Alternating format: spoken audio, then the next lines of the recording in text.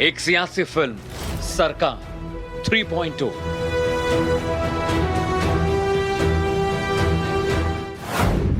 अभिनेता Raj Thackeray. Theme mission 2024। निर्माता निर्देशक कौन?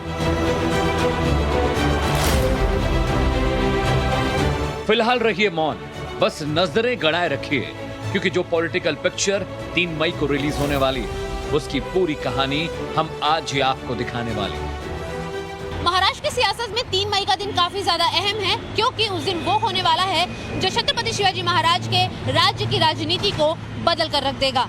3 मई वो दिन जो महाराष्ट्र के मुख्यमंत्री उद्धव ठाकरे के लिए उनके चचेरे भाई राज ठाकरे की डेडलाइन है।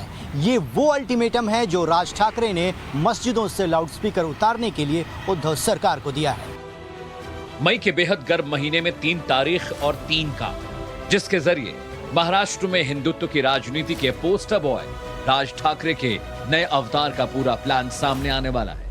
2024 के संसदीय और विधानसभा चुनाव के लिए सबसे बड़ा ऐलान होने वाला है। उससे पहले दिल्ली की गद्दी वाया मुंबई, इसे लेकर बहुत बड़ी खबर सामने आई है। पूरी खबर और उसके पीछे की कंप्लीट पिक्चर आपको समझाएंगे, लेकिन उससे पहले शुक्रवार के रोज पुणे में जबरदस्त हलचल मची है। एमएनएस चीफ राज ठाकरे मुंबई के पुणे पहुंच चुके हैं। शनिवार को उनका काफिला औरंगाबाद रवाना होगा, जिसमें राज ठाकरे के साथ 150 से ज्यादा गाड़ियां चलेंगी। राज ठाकरे के पुणे पहुंचने से पहले ही राज ठाकरे के हिंदुत्व पर लाउड पॉलिटिक्स के सपोर्ट में आरएसएस के 2 बड़े संगठन खुलकर सामने आए। पहला विश्व हिंदू परिषद और दूसरा बजरंग दल। दोनों संगठनों ने एमएनएस के सीनियर नेता अजय शिंदे से मीटिंग की है और फिर राज ठाकरे की महाआरती में शामिल होने का ऐलान किया।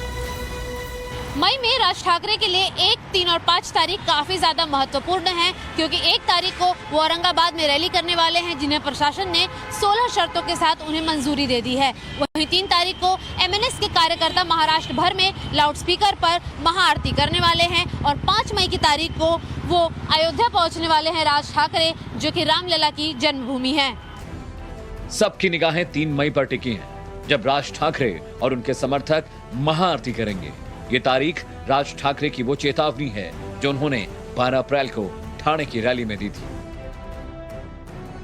राज ठाकरे के अल्टीमेटम की मियाद पूरी होने से पहले एक ऐसी खबर आई है जो महाराष्ट्र के 3 दलों की गठबंधन सरकार और खासकर सीएम उद्धव के आवास मातोश्री में सियासी भूचाल ला सकती है। सूत्रों के मुताबिक महाराष्ट्र में बीजेपी और एमएनएस के गठबंधन का रोड मैप तैयार हो चुका है।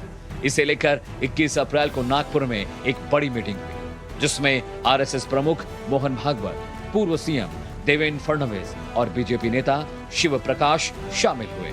बताया जा रहा है कि इस बैठक में महाराष्ट्र में बीजेपी और एमएनएस में चुनावी गठजोड़ की सहमति बनी है। हालांकि फडणवीस ने बीजेपी और एमएनएस में गठबंधन की कवायद की खबरों को खारिज किया है। कसं आहे, या युतीच्या ज्या बातम्या आहेत या कपोलकल्पित बातम्या आहेत, या काही लोकांनी सोडलेल्या बातम्या आहेत। आमची अजून कुठलीही फॉर्मल चर्चाही झालेली नाही, कोणतं प्रपोजलही त्या संदर्भात नाही। एक गोष्ट मात्र निश्चित आहे की अलीकडच्या काळामध्ये राज ठाकरेंनी ज्या भूमिका घेतल्या आहेत त्यातल्या बहुतांश भूमिकांना, मग ती हिंदुत्वाची असो किंवा लाऊडस्पीकर सुप्रीम कोर्टाच्या आदेशानुसार राहायला पाहिजे असो, या आमच्याही भूमिका राहिलेल्या आहेत आणि म्हणून आम्ही देखील त्या भूमिका मांडतो, तेही मांडतायत, पण अद्याप आमचा कुठलाही फॉर्मल प्रस्ताव नाही, याची कुठलीही चर्चा झालेली नाही। त्यामुळे मला असं वाटतं की आत्ता त्याच्यावर जे काही कमेंट्स येत आहेत ते फारच मला असं वाटतं की न पकलेले। ये तो हुई एमएनएस को लेकर बीजेपी के अंदर खाने से आने वाली खबर। कुछ ऐसी ही ब्लॉकबस्टर खबरें एमएनएस कैंप से भी आ रही हैं। सूत्रों से मिली जानकारी के मुताबिक राज ठाकरे औरंगाबाद की रैली में औरंगाबाद का नाम बदलकर संभाजी नगर रखने की मांग करेंगे। सबसे महत्वपूर्ण बात यह है कि दिवंगत बाला साहब ठाकरे की भी यही इच्छा थी, जो उनके बेटे के कार्यकाल में अब तक पूरी नहीं हो पाई है। राज ठाकरे 1 मई की रैली में इलाहाबाद का नाम प्रयागराज रखने के लिए यूपी के मुख्यमंत्री योगी आदित्यनाथ की तारीफ भी करेंगे। वैसे राज ठाकरे लाउडस्पीकर के मुद्दे पर योगी आदित्यनाथ की तारीफ खुल्लम खुल्ला कर चुके हैं, लेकिन इसके साथ ही उन्होंने अपने चचेरे भाई उद्धव पर कुछ इस अंदाज में तंज कसा जिसकी टीस यकीनन मातोश्री में भी महसूस की जा रही होगी। राज ठाकरे ने लिखा, मैं धार्मिक स्थलों खासकर मस्जिदों से लाउडस्पीकर हटाने के लिए योगी सरकार को खुले दिल से बधाई देता हूं और शुक्रिया अदा करता हूं। दुर्भाग्यवश महाराष्ट्र में हमारे पास कोई योगी नहीं है, क्योंकि हमारे पास सिर्फ भोगी है। राज ठाकरे ही नहीं, देवेंद्र फडणवीस की पत्नी अमृता फडणवीस ने भी सोशल मीडिया के जरिए हमला बोलते हुए लिखा, ऐ भोगी कुछ तो सीख हमारे योगी से। साफ है यहां भोगी के लिए इशारा उद्धव ठाकरे की तरफ है।